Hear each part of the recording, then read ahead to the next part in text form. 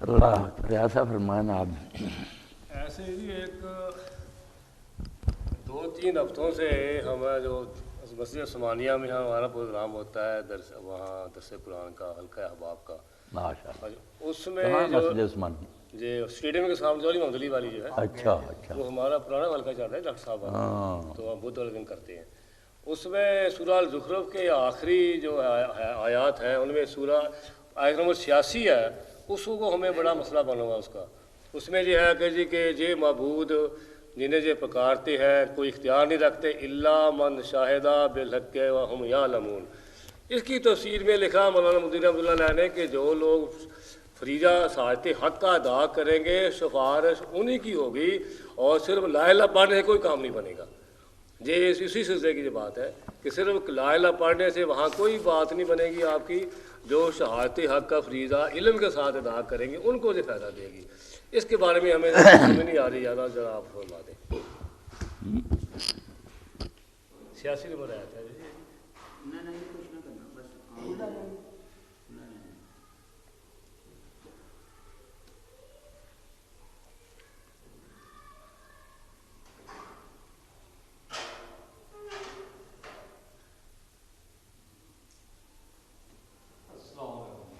وعلیکم السلام ورحمۃ اللہ وبرکاتہ۔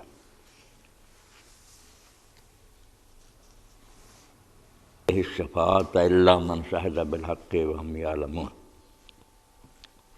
اور جن کو یہ لوگ اللہ کے سوا پکارتے ہیں وہ سفارش کا کچھ اختیار نہیں رکھتے، ہاں جو علم و یقین کے ساتھ حق کی گواہی دیں وہ سفارش کر سکتے ہیں، یعنی اتنی سفارش کر سکتے ہیں کہ جس نے کلمہ اسلام کا ان کی خبر میں اس کی گواہی دیتے ہیں، بغیر کلمہ اسلام کسی کے حق میں نہیں کہہ سکتے، تو اتنی سفارش بھی نیک لوگ کریں گے۔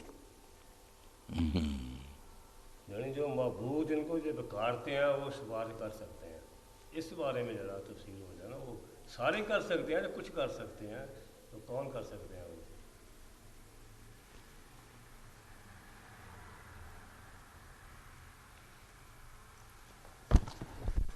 اللہ اچھا، اس کے آگے ایک آیت آتی ہے کہ یہ قسم ہے رسول کے قول کی، یہ مال کر نہیں دیتے۔ یہ قول رسول کا کون سے آتا ہے، یہ سمجھ میں نہیں آئی گا۔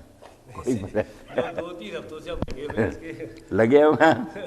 اچھا، کون سا موضوع؟